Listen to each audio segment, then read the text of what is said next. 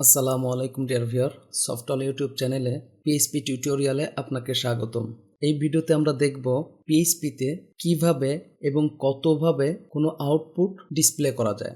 তো চলুন শুরু করা যাক। শুরুতেই আমরা জানি পিএইচপিতে কাজ করতে হলে আমাদের অ্যাপাচি এবং মাইএসকিউএল এই দুইটা স্টার্ট থাকতে হয়। যে কোনো ফাইলকে জ্যাম্প এবং এইচটি ডক্সে তৈরি করতে হবে। আমি এক্সপ্লোরারে ক্লিক করলাম, এই যে দেখুন এখান থেকে এইচটি ডক্স, এই জায়গায় আমরা মূলত ফাইলগুলো তৈরি করব। আমি একটি ফোল্ডার তৈরি করে রাখছি আগে, যে পিএইচপি টিউটোরিয়াল, তো এর ভিতরেই ফাইলগুলো তৈরি করব। যেহেতু ফোল্ডারটি আমার অলরেডি সাবলাইম টেক্সটে নিয়ে আসা আছে, তো এখান থেকেই মূলত আমি এই বিষয়গুলো দেখাবো। পূর্বের ভিডিওতে আমরা ভেরিয়েবল বিষয়টি নিয়ে আলোচনা করেছি, তো এই ভিডিওতে আমরা কিভাবে আউটপুট ডিসপ্লে করা যায় সেই বিষয়টি দেখব। তো আমি এখানে নিউ ফাইল একটি নিয়ে নিলাম, ডিসপ্লে ডট পিএইচপি, আমরা যে কোনো নাম দিতে পারি। এখন পিএইচপিতে দুইভাবে আউটপুট দেখানো যায়, দুটি স্টেটমেন্ট বা দুটি ফাংশন ইউজ হয়। একটি হলো ইকো, আরেকটি হলো প্রিন্ট। তো আমরা এক এক করে ইকো এবং প্রিন্ট দুটি বিষয় ক্লিয়ারলি বুঝব। তো শুরুতেই আমি পিএইচপি ব্লক ওপেনিং ট্যাগ এবং ক্লোজিং ট্যাগ নিয়ে নিলাম। এখন আমরা যদি ইকো ইউজ করি সেক্ষেত্রে খেয়াল করুন, ইকো আমি বললাম সফটওয়্যার, ওকে, কন্ট্রোল এস। আমরা যদি এখন ফাইলটি রান করি, রান করতে হলে আমরা জানি লোকাল হোস্ট, আমরা এখানে টাইপ করব পিএইচপি টিউটোরিয়াল, এই যে দেখুন ডিসপ্লে ডট পিএইচপি সফটওয়্যার চলে আসছে।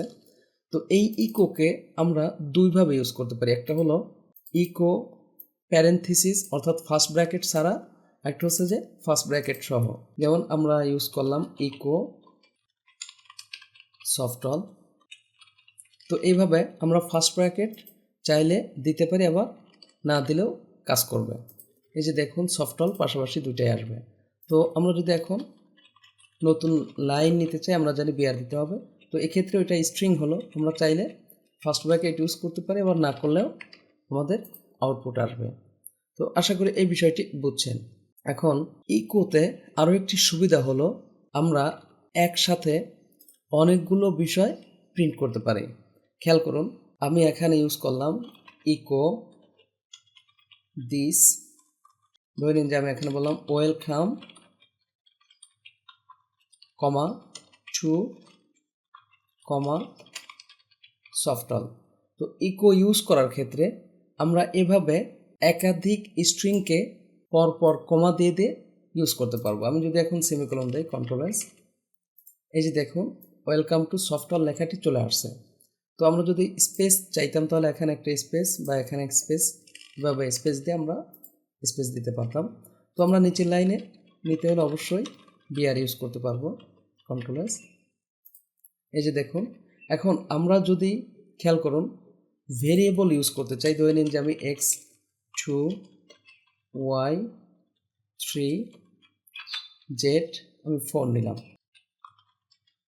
তো এক্ষেত্রেও আমরা ইকো দিয়ে এক্স কমা ওয়াই কমা জেড এভাবে আমরা ইউজ করতে পারবো। এই যে দেখুন অলরেডি 2 3 4 চলে আসছে। তো আমরা এখানে বিআর দিলে নিচের লাইন এটা দেখতে পাবো। এই যে খেয়াল করছেন। তো ইকোর ক্ষেত্রে আমরা যে কাজটি করতে পারি যে একসাথে একাধিক বিষয়কে ডিসপ্লে বা আউটপুটে দেখাতে পারি, সেক্ষেত্রে আমাদের কমা দ্বারা সেপারেট করতে হবে। ইকোর এই বিষয়টি আশা করি বুঝতে পারছেন। তো আরও একটি বিষয় সেটা হচ্ছে যে আমরা যে কোনো HTML এর কোডে আউটপুট দেখাতে হলে অবশ্যই সেটা আমাদের কিসে রাখতে হবে, ইকোতে রাখতে হবে। খেয়াল করুন আমি H1 এখানে দিলাম, welcome to software YouTube channel, ধরে নিন যে আমি আমার চ্যানেলের নামটি দিয়ে দিলাম। আমরা কিন্তু এইভাবে দিলে এটা আসবে না, খেয়াল করুন। এখন যদি আমরা ইকো দিই তাহলে এটা আউটপুটে দেখা যাবে। তো সেক্ষেত্রে আমাদের কি করা লাগতেছে, H1কে আউটপুটে দেখানোর জন্য আমাদের ইকো ব্যবহার করা লাগতেছে। তো আশা করি ক্লিয়ারলি বুঝতে পারছেন যে যে কোনো HTML এর কোডের এক্সিকিউশনের জন্য আমরা ইকো ব্যবহার করতে পারি। এখন ইকোর ক্ষেত্রে আমরা এখানে সবগুলোতেই ডাবল কোটেশন ইউজ করছি, আমরা চাইলে সিঙ্গেল কোটেশন ইউজ করতে পারি। খেয়াল করুন আমরা যদি এখানে ইউজ করি ইকো, আমি বিআর দিয়ে নিচ্ছি ইকো, আমরা বললাম যে ভেরিয়েবল 1, তো এইটা আমরা ডাবল কোটেশন ইউজ করছি। এভাবে আমরা যদি এখন এক্স বলি, খেয়াল করুন ভেরিয়েবল এক্স, আমরা বলি ভেরিয়েবল ওয়াই। প্রয়োজনে আমরা যে এইভাবে এক্স ক্লোন দিতে পারি, ভেরিয়েবল ওয়াই। ওকে, খেয়াল করুন এক্ষেত্রে আমাদের কী হবে, যেহেতু আমরা ডাবল কোটেশন ইউজ করছি, সুতরাং আমরা ভেরিয়েবলকে সরাসরি ডাবল কোটেশনের মধ্যে আমরা ইউজ করতে পারি। কন্ট্রোল এস দিয়ে এখন যদি আমরা রিলোড দিই, এই যে দেখুন ভেরিয়েবল এক্স 2, ভেরিয়েবল ওয়াই 3, অর্থাৎ এই যে ডলার সাইন থাকার কারণে সে ভেরিয়েবল অটো চিনে যাবে। কিন্তু যদি এইটাতেই আমরা সিঙ্গেল কোটেশন ইউজ করি, খেয়াল করুন এক্ষেত্রে কিন্তু আমাদের সে এক্স ওয়াইকে স্ট্রিং হিসাবে কাউন্ট করবে। তাই আমরা এক্ষেত্রে যেই কাজটি করতে পারি, এই যে এইভাবে সিঙ্গেল কোটেশন দিয়ে আমরা ডট অপারেটর ইউজ করে কি করতে পারি, এগুলোকে আমরা কনক্যাটিনেট করে দিতে পারি। ঠিক আছে, এই যে দেখুন খেয়াল করুন ভেরিয়েবল এক্স এই ডট দ্বারা কি করছি, এক্স এর মানটাকে এই জায়গার এর পাশে বসিয়ে দিছি। একইভাবে ডট দ্বারা এটাকে কনক্যাটিনেট অর্থাৎ এর পাশে বসিয়ে দিছি। তো ডট অপারেটরের কাজ মূলত, এটাকে স্ট্রিং অপারেটরও বলা হয়, এর কাজ হচ্ছে দুইটা জিনিসকে পাশাপাশি বসিয়ে দেওয়া। এখন সিঙ্গেল কোটেশনের ভিতরে আমরা দেখলাম যে ভেরিয়েবল রাখা যায় না, তাই বাধ্য হয়ে আমাদের সিঙ্গেল কোটেশনের বাইরে আমরা নিয়ে আসছি। তো এইভাবে যদি লেখা সহ ভেরিয়েবলকে আমরা প্রিন্ট করতে চাই একসাথে, তাহলে অবশ্যই আমাদের সিঙ্গেল কোটেশনে ভেরিয়েবল আমাদের স্ট্রিংটা রাখতে হবে এবং ডট দিয়ে আমাদের ভেরিয়েবল এভাবে একের পর এক আমরা ইউজ করতে পারবো। এই যে দেখুন এখন যদি রিলোড দেই, তাহলে আমাদের ঠিকই 2, 3 চলে আসছে। আমরা এখানে একটু স্পেস নিতে চাইলে এভাবে দিতে পারি। এই যে দেখুন, তো আশা করি বিষয়টি ক্লিয়ারলি বুঝতে পারছেন। এখন আমরা প্রিন্টের বিষয়টি দেখব। খেয়াল করুন আমরা সেম কাজ প্রিন্ট দ্বারা করতে পারি। যেমন আমরা ইকো এখানে যা যা ইউজ করছি, একই কাজ আমরা প্রিন্ট দ্বারা করতে পারি। যেমন আমি বললাম প্রিন্ট সফটল, কন্ট্রোল এস, আমি যদি রিলোড দিই, এই যে দেখুন সফটল চলে আসলো। একইভাবে প্রিন্টের ক্ষেত্রেও আমরা চাইলে ফার্স্ট ব্র্যাকেট ইউজ করতে পারি, আবার ফার্স্ট ব্র্যাকেট ছাড়াই আমরা ইউজ করতে পারি।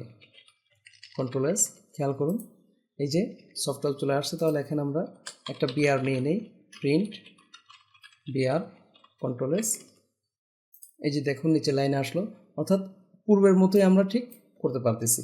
এখন এই জায়গায় পার্থক্যটা হলো, খেয়াল করুন এখানে আমরা মাল্টিপল স্টেটমেন্ট নিয়েছি, কিন্তু মাল্টিপল স্ট্রিং যেমন আমরা নিয়েছি, এক্ষেত্রে আমরা প্রিন্ট দিয়ে এই কাজটা আমরা করতে পারবো না।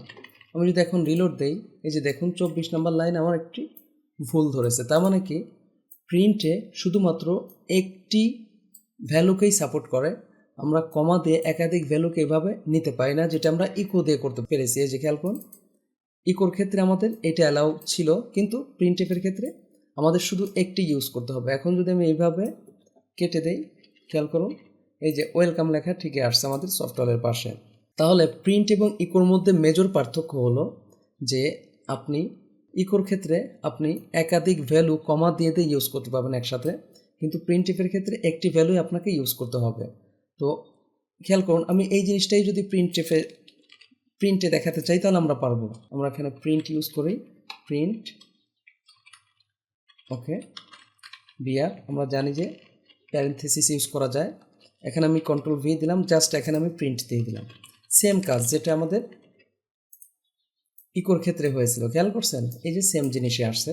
এটা কিন্তু একাধিক ভ্যালু না, এটা হচ্ছে আমরা কনক্যাটিনেট ইউজ করছি, অর্থাৎ স্ট্রিং অপারেটর ইউজ করে পাশাপাশি বসিয়ে দিছি। যদি কমা দিতাম তাহলে আমাদের একাধিক হতো। খেয়াল করুন একইভাবে আমি এই জিনিসটাই প্রিন্টের মাধ্যমে দেখাতে চাচ্ছি। তাহলে আমরা কি বলবো, প্রিন্ট, আমরা চাইলে ফার্স্ট ব্র্যাকেট দিতেও পারি, আবার না দিলেও হবে। এই যে সেম আউটপুট আমাদের আসবে যেটা আগে এসেছে, কিন্তু পার্থক্য একটাই, আমরা যেটা বুঝলাম যে এক্ষেত্রে আমাদের একাধিক ভ্যালু একসাথে আমরা ইউজ করতে পারবো না। আচ্ছা আমরা যদি আরও একটু দেখি, খেয়াল করুন আমরা যদি এখানে লিখি যে প্রিন্ট এক্স ওয়াই জেড, তাহলে আমরা এভাবে ডাবল কোটেশনের ভিতরে যে কোনো ভেরিয়েবলকেও প্রিন্টের মাধ্যমে এক্সিকিউট করতে পারবো। এই যে দেখুন চলে আসছে। এখন আরও একটি প্রিন্ট এবং ইকোর ক্ষেত্রে পার্থক্য আছে, সেটা হচ্ছে যে ইকো দ্রুত লোড হয়ে থাকে, কিন্তু প্রিন্ট একটু স্লো কাজ করে থাকে। সুতরাং আমরা অধিকাংশ সময় দেখব যে ইকোর ব্যবহারটাই বেশি দেখতে পাচ্ছি। তারপর আমাদের প্রিন্টের ইউজটাও জানা থাকলো। তো আশা করি বুঝতে পারছেন যে কীভাবে পিএইচপিতে যে কোনো আউটপুট বা এইচটিএমএল কোড এক্সিকিউট করা যায়। যদি ভিডিওটি ভালো লেগে থাকে প্লিজ লাইক করবেন এবং কমেন্ট করে আপনার অনুভূতি জানাবেন।